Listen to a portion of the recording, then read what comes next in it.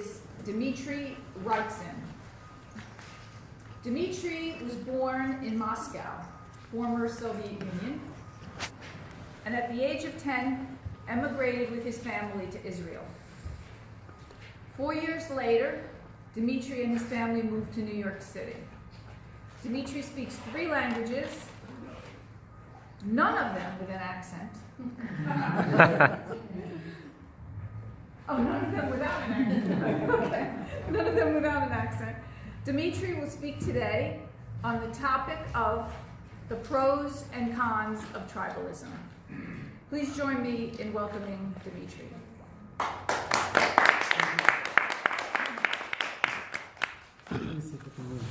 Oh, let me get that one. Thank you.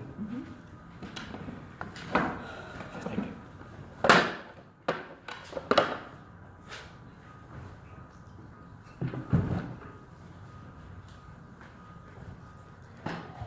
Madam Toastmaster, fellow SEC Rough Riders, most welcome guests.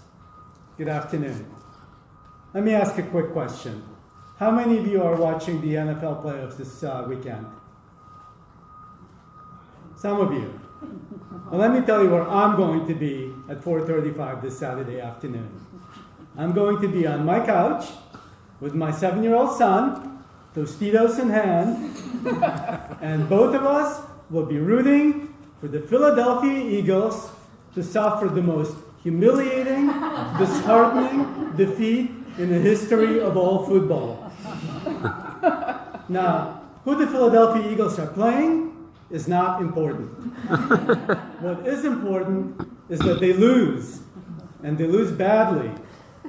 The reason they must lose is because the Eagles are my enemy. And the reason they are my enemy is because I am a proud member of the New York Football Giants diehard fan tribe. In my tribe, blue is better than green.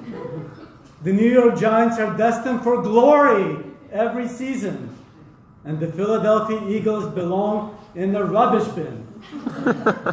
And it's not just me. If you ask my 7-year-old son, he will tell you. Everyone must root against the Eagles. He calls them the poopy Eagles, being 7-year-old. And you'll find the same sentiments from my father, or my stepfather, my college roommate, my best friend, the neighbors in my building. We all share the same sentiments because we're all members of the same tribe. And I have to tell you, I love being a member of this tribe. I love the camaraderie and the closeness and the adherence to the same set of beliefs. Some of them rational, and some of them utterly ridiculous. Now, I have to say, I did not always have such warm feelings towards being a member of a tribe throughout my life.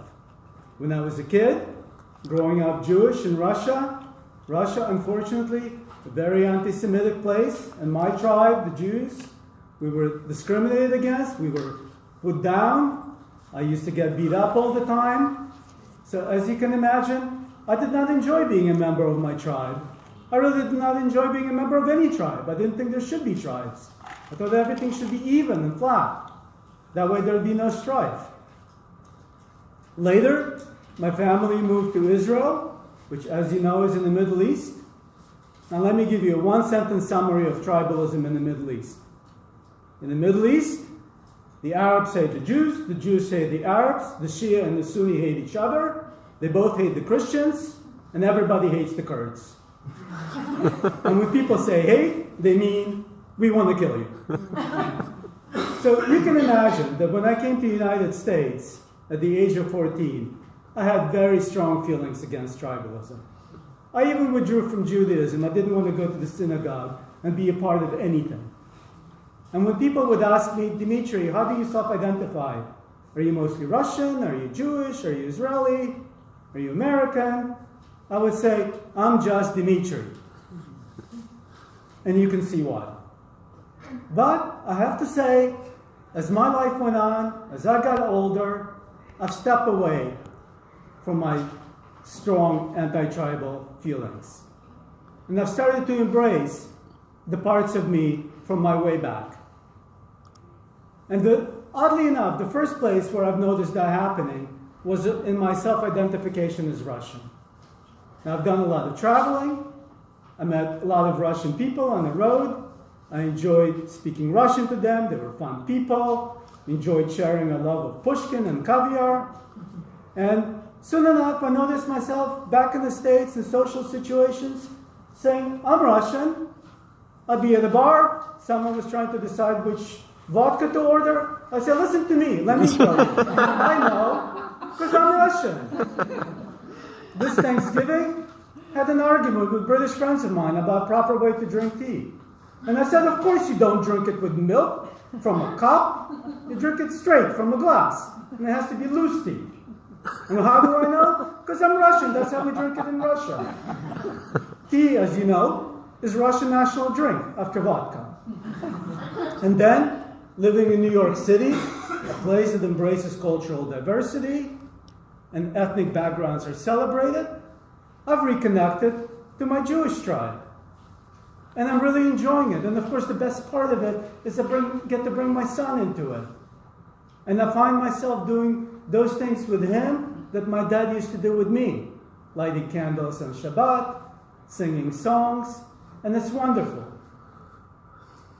So how do I reconcile my strident anti-tribal views of my youth with my embrace of the beauties of tribalism today?